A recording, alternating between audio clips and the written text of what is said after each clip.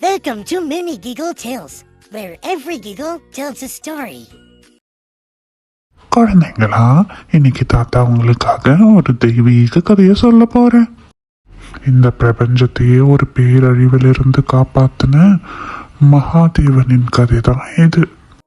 பண்டைய காலத்துல தேவர்களுக்கும் அசுரர்களுக்கும் நடுவே ஒரு பெரிய பிரச்சனை வந்துச்சு. துர்வாச முனிவரின் சாபத்தால தேவர்கள் அவங்களோட சக்தியை இழந்து ரொம்ப பலவீனம் அடைஞ்சிட்டாங்க. அசுரர்கள்லாம் சேர்ந்து இந்த வாய்ப்பை பயன்படுத்தி தேவர்களை துரத்தி அடிக்க ஆரம்பிச்சிட்டாங்க. பலவீனம் அடைந்த தேவர்கள் பதற்றமாகி அவங்களோட தெய்வமான திருமால் விஷ்ணுவிடம் சென்றாங்க. விஷ்ணு பகவான் தேவர்களோட வேண்டுதலை ரொம்ப அமைதியாக கேட்டுட்டு இருந்தாரு. அதற்கு அவர் ஒரு முடிவும் சொன்னாரு. அமிர்தத்தை பெற வேண்டும், அதற்கு சமுத்திரத்தை மந்தனம் செய்ய வேண்டும், அசுரர்களும் இதற்கு உதவ வேண்டும். தேவர்களுக்கு அசுரர்களோட சேர விருப்பம் இல்லைனாலும் இதை ஏற்றுக்கிட்டாங்க.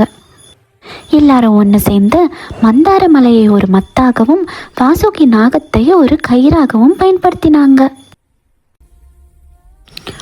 மலை கொஞ்சம் கொஞ்சமாக சுழல ஆரம்பிச்சிச்சு. கடல் அதிர்ந்துச்சு, வானம் குலுங்குச்சு. கடல்ல இருந்து ஒன்று காமதேனு, அப்சராஸ், ஐராவதம், சந்திரன் என்ன உருவாகுச்சு. ஆனால் அதுக்கப்புறம் வந்தது எல்லாரையும் பயப்பட வச்சிருச்சு. கடல்ல இருந்து ஒரு கருங்குடல் மாதிரி கொடிய நஞ்சு எழுந்துச்சு. பூமி முழுவதும் அந்த விஷம் கலக்க ஆரம்பிச்சிடுச்சு. அந்த நஞ்சு உலகையே அழிக்கும் திறன் கொண்டது. தேவர்கள் எல்லாரும் பிரம்மனிடம் போய் உதவி கேட்டாங்க. இதிலிருந்து நம்மை காப்பாற்ற ஒருவரால் மட்டுமே முடியும், அது மகாதேவன் தான்.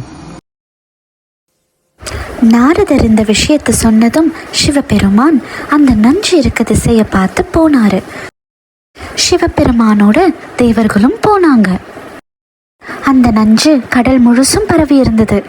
சிவபெருமான் தன் கரங்களை நீட்டி அந்த நஞ்சை கரத்தில் அடக்கினார். சற்றும் யோசிக்காமல் அதை ஒரே மூச்சில் குடிக்கவும் செய்தார்.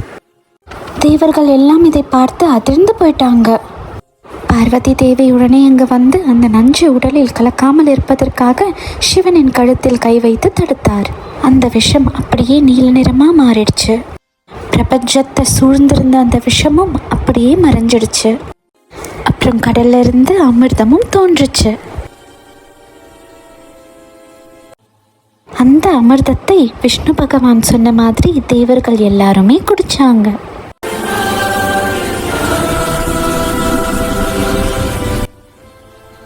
தேவர்களோட சக்தி மீண்டும் அவங்களுக்கு கிடைச்சது. தேவர்கள் எல்லாரும் சேர்ந்து சிவபெருமானுக்கு நன்றி சொன்னாங்க. ஓம் நம சிவாய. சிவபெருமான் தன்னலமின்றி தன்னையும் வருத்தி கொண்டு இந்த உலகத்தையே காப்பாற்றினார். இதிலிருந்து நம்மளுக்கு என்ன தெரியுதுன்னா, உண்மையான மகத்துவம் தன்னலமற்ற செயல்களில் தான் இருக்கிறது. சக்தி இருந்தால் போதாது, கருணையும் தியாகமும் அவசியம். உங்களுக்கு இந்த வீடியோ பிடிச்சிருந்தா லைக், கமெண்ட், சப்ஸ்கிரைப் பண்ணுங்க. உங்களை அடுத்த வீடியோல பார்க்குறேன்.